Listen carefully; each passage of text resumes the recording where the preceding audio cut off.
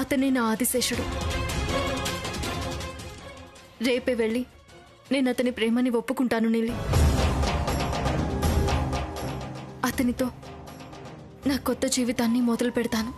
సరే శివాని, నువ్వు చేసేది అందరికీ మంచి జరగాలి.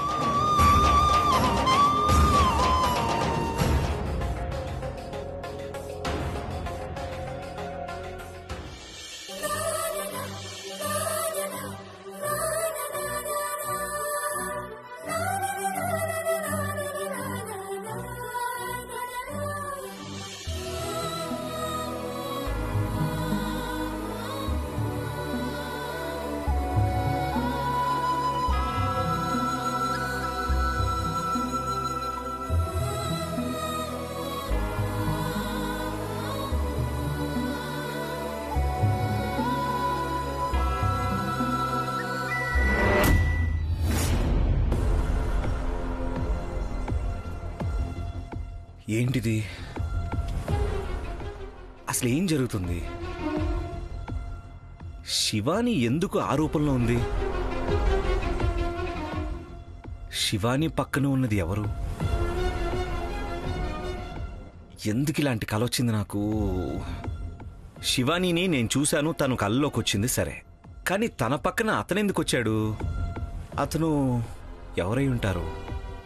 అతన్ని నేను ఇంతకుముందు ఎప్పుడూ చూడలేదే. తను నా కళ్ళలోకి ఎందుకు వచ్చాడు? ఏంటబ్బా ఈ విచిత్రం?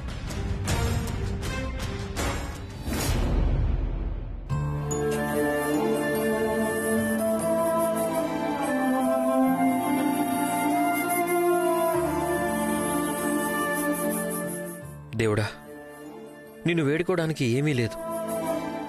అన్ని మ్యాటర్స్ నీకు తెలిసినవే. నా మనసులో ఉన్నది మొత్తం శివాని గారికి చెప్పేశాను.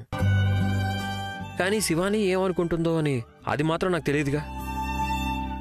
కానీ నాకు ఇదొక్కటే దారి కనిపించింది, నా మనసులో ఉన్నది తనకి చెప్పుకోవడం. అది తప్ప వేరే దారే కనిపించలేదు. తను చాలా రోజులు బతకదు అని డాక్టర్స్ చెప్పేశారు. నేనేం చేయాలి చెప్పండి? దానికి నేనేం చేయగలిగితే ఆ ప్రయత్నం నేను చేస్తున్నాను కదా. నువ్వు మాత్రం అంత మంచి వ్యక్తికి అంత పెద్ద వ్యాధి ఇచ్చేసావు.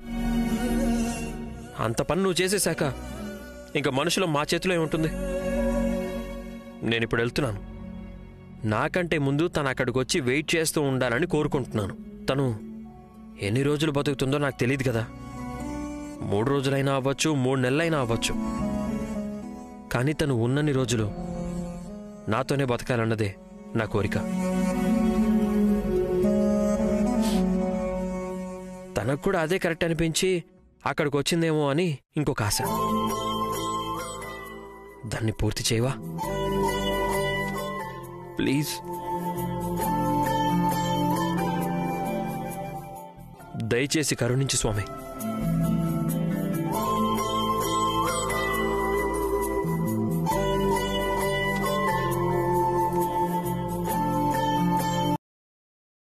రోజు ఎలాగైనా అతనికి చెప్పే తీరుతాను.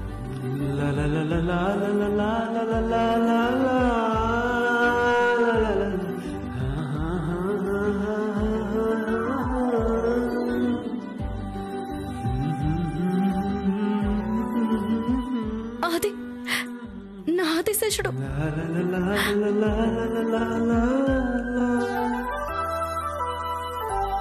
ఆదిశేష, ప్రేమ నాకు దొరుకుతుంది.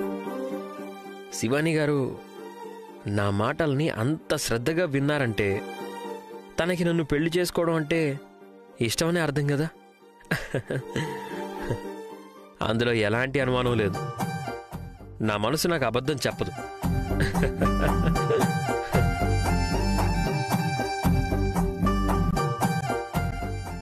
గుడికెళ్ళి వచ్చేసరికి లేట్ అయిపోయిందే.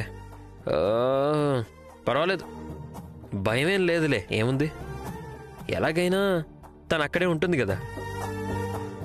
అయినా నా ప్రేమ నాకు ఎలాగైనా దొరుకుతుంది అన్నప్పుడు ఏమైనా సరే నా ప్రేమ నాకు దొరికి తీరుతుంది. దాన్ని తప్పించడం అనేది ఎవ్వరి వల్ల కాదు.